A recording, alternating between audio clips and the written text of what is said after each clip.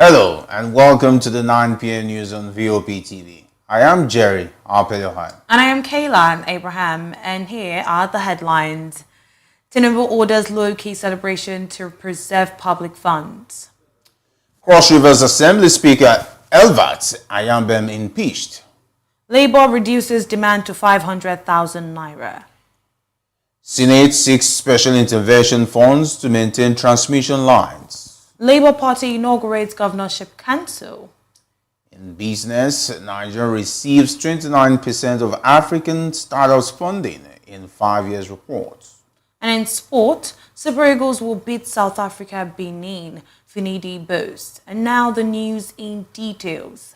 The Nigerian government is going to hold a low-key official ceremony to mark the 1 year in office of President Bola Tinubu, according to the Minister of Information and National Orientation, Mohammed Idris.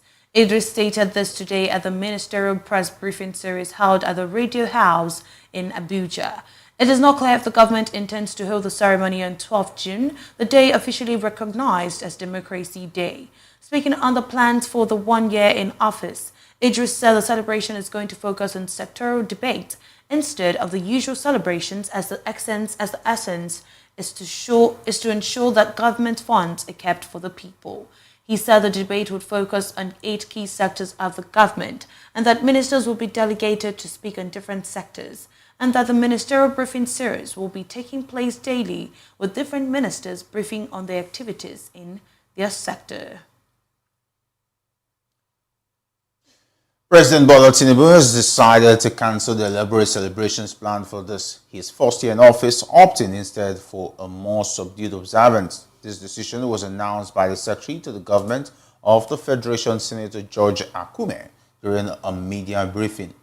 Accompanied by key ministers, including the Minister of Budget and Economic Planning, Alhaji Atiku Bagudu, and the Minister of Information and National Orientation, Alhaji Mohammed Idris, Akume emphasized the administration's focus on delivering quality service amidst national challenges. Despite economic and social hardship, the administration boasts a year marked by significant economic reforms, infrastructural projects, and investments in healthcare and education, demonstrating President Tinubu's steadfast commitment to guiding the nation with resilience and visionary leadership. VOP TV is on the street to hear the opinion of citizens regarding the decision. Oyindalamola Olukutan has the rest of the report. 1 year in office of President Bola Ahmed Tinubu, has been announced that there will be no celebration for the 1 year market because of the economic hardship. This is an afterthought from our president. This was announced by Secretary to the Federation, that's Senator George Akume, and hoping that this celebration being cancelled, that we're going to see changes in the economic world. That is why VOP TV is on the streets to hear the opinions of citizens regarding the casting of the celebration and the fact that we are open for, a better economy. So stay with us as we hear what people have to say regarding this situation. He already know that the economy is bad. On his first day of the inauguration, when he missed it, by saying that subsidy is gone. That was the day the problem started. Till now, the economy is still bad. Well, for him to say that he's not going to celebrate because of economy, that should be the right thing to do. It's a good one because of the situation of the country, I believe. For me, it's a good one, but I definitely hope they will talk to themselves, because they are part of the problem of the country. The constitution is good because of the economy now. Because of what is happening in the situation of the country now, it's okay. If everything will get better, then the decision is okay. If everything is regulatory, as far as I'm concerned, because the economy for now is facing a lot of challenges, probably in the service don't have to go scalping. Maybe some of his policy, they might have the picture of good intention, but for now they are not working for him. They're not working for Nigeria. The economy is really dealing with everybody, and that is why you may have the opinions of the citizens regarding that this country is not smiling. That the opinion of not celebrating the 1 year in office by the president is a good one, hoping to see a change in the country. I am Oyindamola Olukutso reporting for Voice of the People TV. 17 out of 25 lawmakers of the Cross River State House of Assembly have impeached the Speaker, Albert Ayabem, today. The impeachment follows a vote of no confidence on the flood of the Assembly. Effiong Ekarikas, representing Calabar South 1, moved the motion, and this was supported by Omang Omang of Bekwara State Constituency. The 17 had earlier signed a petition against the Speaker. They include Hilary Bisong, Egbe Abeng, Effiong Ekarika, Martin Achadu, and others. The lawmakers cited 4 grounds in which they decided to impeach the Speaker. These include gross financial misconduct, incompetence, non-compliance with legislative laws, and failure to convene leadership meetings as the grounds for this removal. On impropriety, the lawmakers accused him of inability to account for 48 million naira meant for electricity bills and over 404 million naira from the Internal Revenue Service designated for oversight functions. They also alleged that the Assembly leadership has not been able to account for 20 million naira from local government deductions. Those who impeached him also alleged incompetence and wrong conduct of plenary proceedings. They further accused him of appointing members to move or second motions rather than following the democratic practice of allowing members to volunteer. According to the angry legislators, Ayambem did not comply with legislative laws. Rivers State Governor Siminalayi Fubara has sworn in 8 new commissioners, urging them to maintain accurate records in their respective ministries to ensure effective administration. The swearing-in ceremony held at the Executive Council chamber followed the State House of Assembly's screening and confirmation of the nominees earlier in the day. Governor Fubara emphasized the importance of proper documentation, citing past lapses in record-keeping by former commissioners and highlighted the need for disciplined, detail-oriented work. Governor Fubara also stressed the importance of integrity and accountability, encouraging the new commissioners to work closely with their permanent secretaries and uphold high standards of administration. He reminded them that their roles are to serve the interests of the state and its people, urging them to leave a positive legacy by maintaining transparent and accurate records of their activities. Meanwhile, the Rivers State High Court has invalidated the amended local government law proposed by the Martins and Mawule function of the Rivers State House of Assembly. The ruling was delivered in a suit which challenged the extension of tenure for local government chairmen for 6 months after the expiration of their term. Justice D.J. Kyo, presiding over the case, declared the amendment invalid, citing its inconsistency with the 1999 Constitution and Section 9, Subsection 1 of the Rivers State Local Government Law No. 5 of 2018. The court emphasized that the applicable law governing the tenure of local government chairmen and councillors is the Rivers State Local Government Law No. 5 of 2018, which stipulates a 3-year tenure. Attempts to extend their tenure through the enactment of the Local Government Law No. 2 of 2024 was deemed unlawful and contrary to their oath of office. The ruling marks a victory for Ayada, Kuki Gam, and 6 others who challenged the extension, asserting the primacy of constitutional principles in governance. Ahead of the September 21 governorship election in Edo State, the Labour Party today formally inaugurated its governorship campaign council with a mandate to win over more eligible voters for the party. Report gathered that the state chairman of the party, Kelly Ogbaloy, who inaugurated the campaign council, noted that there are over 30 strategic committees mandated to work in collaboration with the Sam Omede-led campaign council. He expressed optimism that the party is sure of winning the governorship election due to the lack of confidence that people have in the 2 major parties that have ruled the state since the 1999 political dispensation. He said the party would explore all available opportunities to ensure all stakeholders in the political space of Edo State are galvanized to support and cast their vote for the governorship candidate of the party, Barrister Olumide Akpata, and his running mate, Yusuf Asama Kadiri SEN. In an interview, Barrister Olumide Apata, who expressed confidence in the caliber of those that made up the campaign council, noted that the party has chosen the right people to lead the party to Dennis Osadebe Avenue. Organised Labour has again rejected the latest offer of 54,000 naira minimum wage made by the federal government during the resumed national minimum wage negotiation on Tuesday. This is the third time the officials of the Nigerian Labour Congress and the Trade Union Congress and representatives of the government would fail to find a common ground on the national minimum wage. While VOP TV's Matthew Ogunsuade tells us more in this report. Today, tensions rise once more in the ongoing saga of the Nigeria's national minimum wage negotiation. Organised Labour, represented by Nigerian Labour Congress and the Trade Union Congress, has once more rebuffed the latest offer from the federal government. Amidst a stalemate, the meeting has been postponed, marking the third instance of failed consensus between the two parties. Recall that last week, discussions hit a deadlock when the government proposed a wage of 48,000 naira, prompting the labor leaders to walk out. Simultaneously, the organized private sector offered 54,000 in response to Labour's proposed 615,000 naira. The national president of the NLC, Joe Ajero, stood firm on the demand for 615,000 naira, emphasizing its alignment with economic realities facing Nigerian families. Despite efforts to bring Labour back to the table, including a revised offer from the government, the meeting saw a repeated clash of figures as the government increased its proposal to 54,000 naira, yet Labour remained steadfast in their demand for 615,000 naira for what they term as a living wage.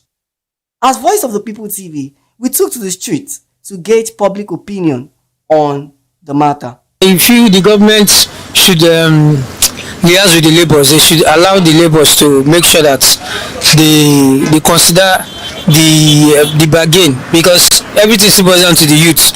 The youth needs to have a proper amount of money to be able to run their finance, run their daily lives.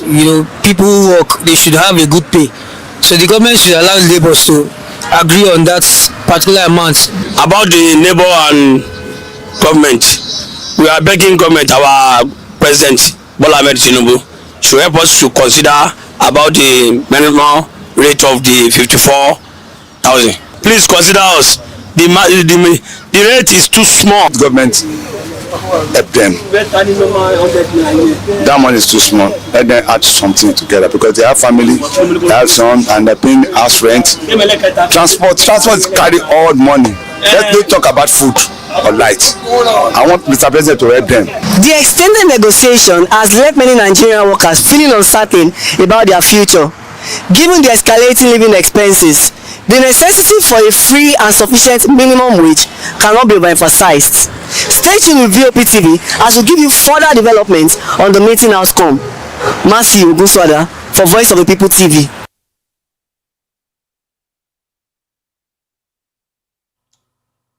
All right, I hope you enjoyed that report on the new minimum wage as we continue with more information as regards that. And we have it that to ensure speedy conclusion of negotiation on new national minimum wage, the Organised Labour at the ongoing Tripartite Committee of the National Minimum Wage meeting has reduced its demand from 615,000 naira to 500,000 naira. VOP TV has it from a source at the meeting that the government team is adamant about 54,000 naira, complaining of non-availability of fund and the inability of the private sector to pay, but the private sector has made additional 3,000 naira, taking up its offer to 57,000 naira from the initial 54,000 naira. According to the source, government has agreed that NLC is using evidence-based presentation, but they argue that 8 states are not paying or not fully implementing the 2019 minimum wage. On the position of the Organised Labour, it was reported that Labour was requested to shift in response to the government, which they complied and came down to 500,000 naira. 2 nominees presented for confirmation by President Bola Tinubu for appointment as executive commissioners in the Nigerian Communications Commission were confirmed yesterday. The approval followed the receipt and consideration of report of the Committee on Communications presented by its chairman, Senator Bilbis Aliyu Ikra. Those whose nominations were confirmed include Rumini Haraya Makama, whose appointment was appointed as Executive Commissioner, Stakeholders Management, and Sunday Abraham Oshadami, Executive Commissioner, Technical Services of the NCC. In his report, Senator Bilbis said the nominees were approved after their screening by the committee and found to be qualified for satisfying the conditions for appointment as Executive Commissioners in NCC. The Senate has asked the federal government to make provision for a special intervention fund for maintenance of transmission lines in the country. This follows a recent incident of vandalization along the Jos-Gombe 330 kV transmission line, which has resulted in severe disruptions to power supply affecting 7 states in the northeast zone. The resolution resulted from a motion sponsored by Senator Manu Haruna, representing Taraba Central, on the urgent need to address the vandalization of transmission lines of the Transmission Company of Nigeria in the zone. In his argument, Senator Sharbo Lau asserts that the Mambila Hydro project is non-existent, describing it as a dubious process. According to him, a special committee should be constituted by the Senate to investigate the procurement and expenditure so far. The Senate again urged the federal government to, as a matter of urgency, allocate funds to the TCN to address the fault along the Jos-Gombe 330 kV transmission line and restore power supply to affected areas to ameliorate the suffering of residents. The lawmakers further resolved that the Ministry of Power collaborate with security agencies and local vigilantes in host communities of TCN transmission lines to deter and prevent acts of vandalism. The proposed amendment to the Kano Emirate Council laws progressed today, passing its first reading on the floor of the Kano State House of Assembly. Speaker Ishmael Jibri Falgore announced the unanimous adoption of the motion brought forward by Majority Leader Lawan Hussaini Yan Gurasa to revise the existing Emirate law. The 2019 Emirate law, which established the new Emirates of Bichi, Rano, Gaya and Karaye, alongside the historic Kano Emirate, has allocated specific local government areas to each Emirate. This law also formed the State Council of Chiefs, comprising the five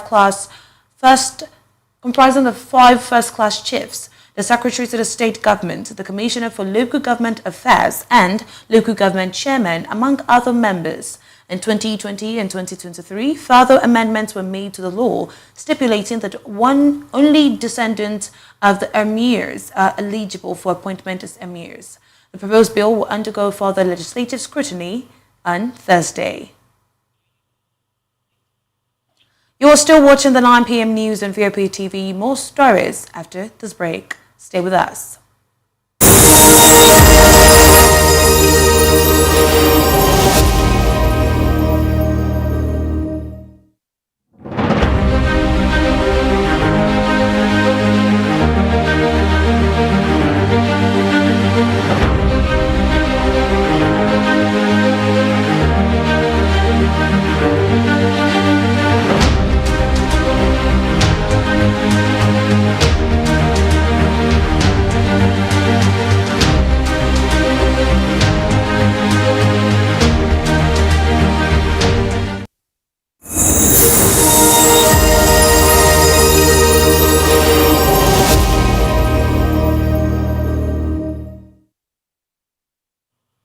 Welcome back. The Ondo State sector of the Federal Road Safety Corps have confirmed today that 2 people died in a fatal road accident on the Akure-Ondo Expressway in Bolorunduro, the headquarters of Ondo East local government area of the state.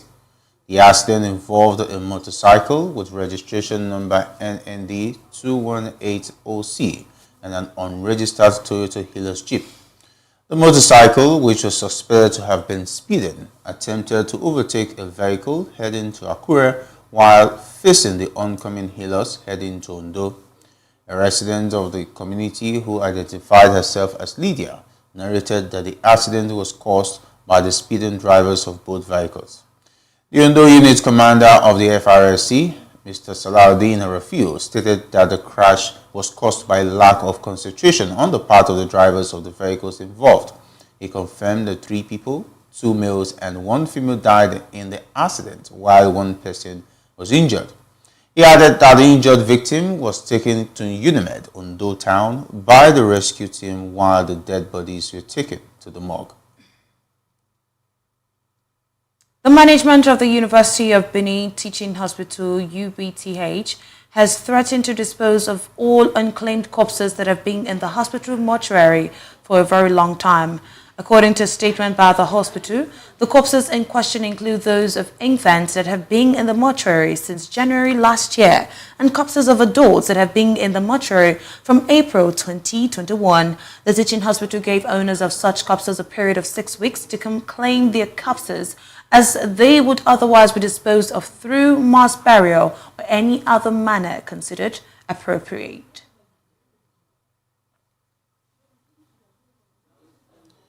Following the devastating attack in Plateau State that left scores dead and many more injured, Peter Obi, the flag bearer of the Labour Party, has called on the Tinubu-led government to take swift and decisive action to curb the rising violence. The attack carried out by bandits targeted Zurak Kompany and Bambandalala communities, Basha district of Washe local government area, leading to widespread fear and displacement among residents. Obi, while expressing his condolences to the families of the victims, strongly condemned the attack. The former Anambra State governor also urged the federal government to prioritize the security of its citizens. Mr. Obi condoled with Governor of Plateau, Governor Caleb Mutfwang, the government and the people of Plateau State, especially the bereaved families, over this tragic occurrence, asking that God grants eternal rest to the dead and quick recovery to the hospitalized. Today, the chairman of the Northern States Governors Forum and governor of Gombe State, Muhammadu Inuwa Yahaya, held a meeting with President Bola Ahmed Tinubu at the presidential villa in Abuja. During the encounter, Governor Inuwa Yahaya briefed the Nigerian leader on the progress in Gombe State under his leadership over the past 5 years, highlighting the positive impact of his governance and ongoing efforts to enhance development at the state level. Addressing State House correspondents afterward, the governor emphasized his administration's strategic planning and deliberate approach to governance since assuming office in 2019. Governor Inuwa Yahaya outlined the remarkable strides achieved across various sectors, including health, education, infrastructure, social development, and economic investment, expressing pride in his administration's accomplishment, underscoring significant progress in improving the quality of life for Gombe State residents. Looking ahead, the governor assured the people of Gombe State of his administration's continued commitment to its developmental agenda, affirming that his team would diligently work to fulfill all planned initiatives in the remaining 3 years of his tenure. In a bid to combat desert encroachment, the Kebbi State government has unveiled plans to plant 100,000 trees across all 21 local government areas. Musa Mohammed Tungulawa, the Commissioner for Environmental and Mineral Resources, revealed the initiative during an interview with journalists in his office in Benin Kebbi yesterday. Tungulawa announced that the tree planting campaign has already commenced along major streets and highways in Benin Kebbi metropolis, as well as at the renovated State Secretariat. Furthermore, he disclosed that 5 hectares of land have been allocated in each of the 4 emirate councils in the state for planting date trees aimed at bolstering the economy. Highlighting the ministry's proactive approach, Tungulawa mentioned the procurement of a variety of seedlings, which have been nurtured and will be distributed to households and offices for planting across the state. He then urged the populace to extend the maximum support to the projects, underscoring the collective responsibility towards achieving a greener and healthier environment. The Central Bank of Nigeria, CBN, has raised its benchmark interest rate by 150 basis points to 26.25%, the third straight hike this year. The decision was made after a two-day Monetary Policy Committee meeting in Abuja, where members also retained other parameters, including asymmetric corridor, cash reserve ratio, and liquidity ratio. VOP TV's Matthew Ogunsuada tells us more in this report. The Monetary Policy Committee of the Central Bank of Nigeria has increased the benchmark interest rate by 150 basis points from 24.75% to 26.25%. This announcement was made by the governor of the CBN, Olayemi Cardoso, at the end of the 295th Monetary Policy Committee meeting held in Abuja. Governor Cardoso disclosed that while the monetary policy rate was increased, all other rates were retained. The committee highlighted challenges such as rising cost of transportation of farm produce, infrastructure constraints, security challenges in food producing areas, and exchange rates, emphasizing the need to address security of farming communities to ensure increased food production. We took to the streets to get people's reaction from Nigerians about this latest development. Here is what they had to say.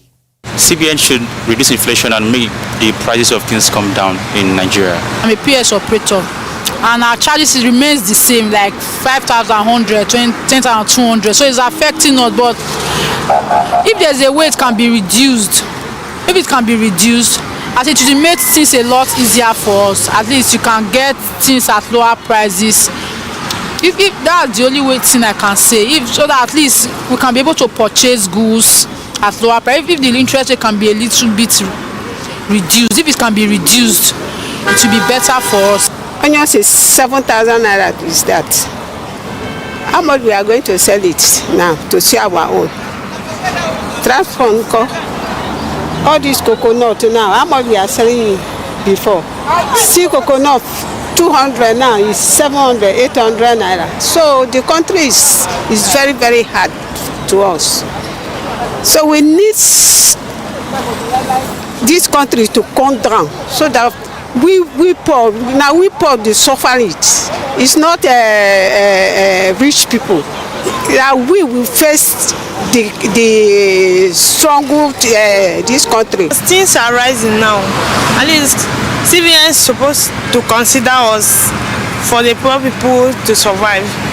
As we've heard, opinions are mixed.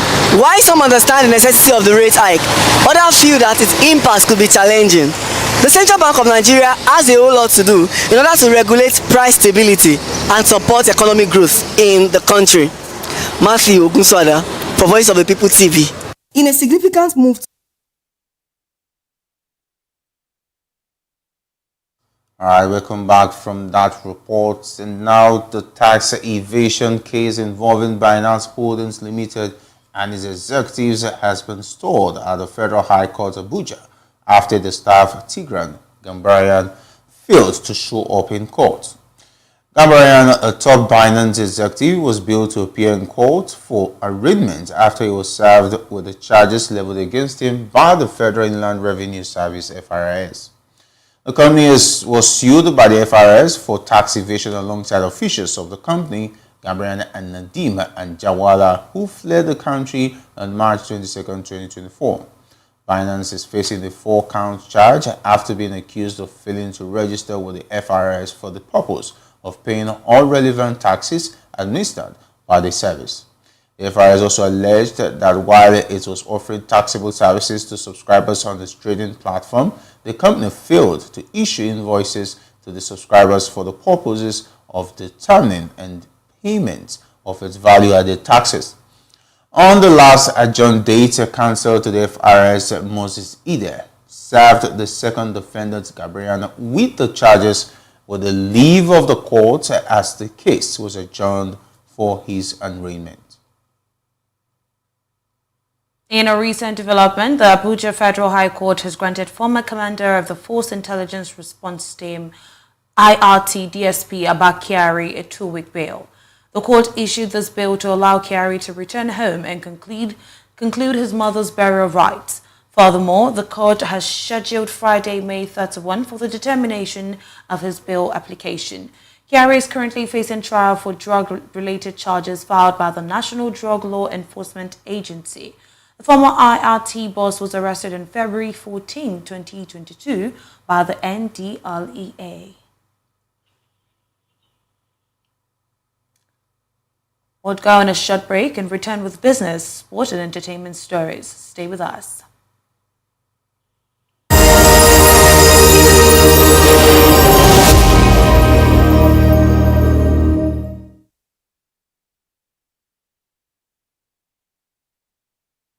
Welcome back, and now to business. Nigerian startups have secured the largest share of investment funds in Africa over the past 5 years, receiving 29% of the $15 billion total investment. This was highlighted in the latest report by Africa, the Big Deal, which tracks funding across the continent's startup ecosystem. The report revealed that Nigeria attracted $4.4 billion, leading the big four countries, Kenya, South Africa, and Egypt, which together garnered 84% of Africa's startup funding since 2019. Despite the overall decline in global economic conditions, Nigerian startups have continued to draw significant investor interest. The report also indicated that Ghana and Senegal are emerging as potential competitors, although they currently receive significantly less funding compared to the leading nations. The United Kingdom has committed to supporting Nigeria's capital markets through its mobilizing institutional capital through listed product structures mobilist program. This initiative aims to help Nigeria achieve its economic goals, including transitioning to clean energy solutions and meeting sustainable development goals (SDGs). British Deputy High Commissioner Johnny Baxter emphasized the importance of a well-regulated capital market and fostering economic development, job creation, and improved incomes. The program seeks to overcome barriers to public listings and stimulate innovative financial products to enhance efficiency and sustainability. NGX Chairman Anhosi Unigwe highlighted the need for collaborative discussions to address regulatory challenges, high listing cost, and market volatility to unlock the market's full potential. Analysts predict that the recent interest rate hike by the Central Bank of Nigeria will slow economic growth and impact the real sector negatively in 2024.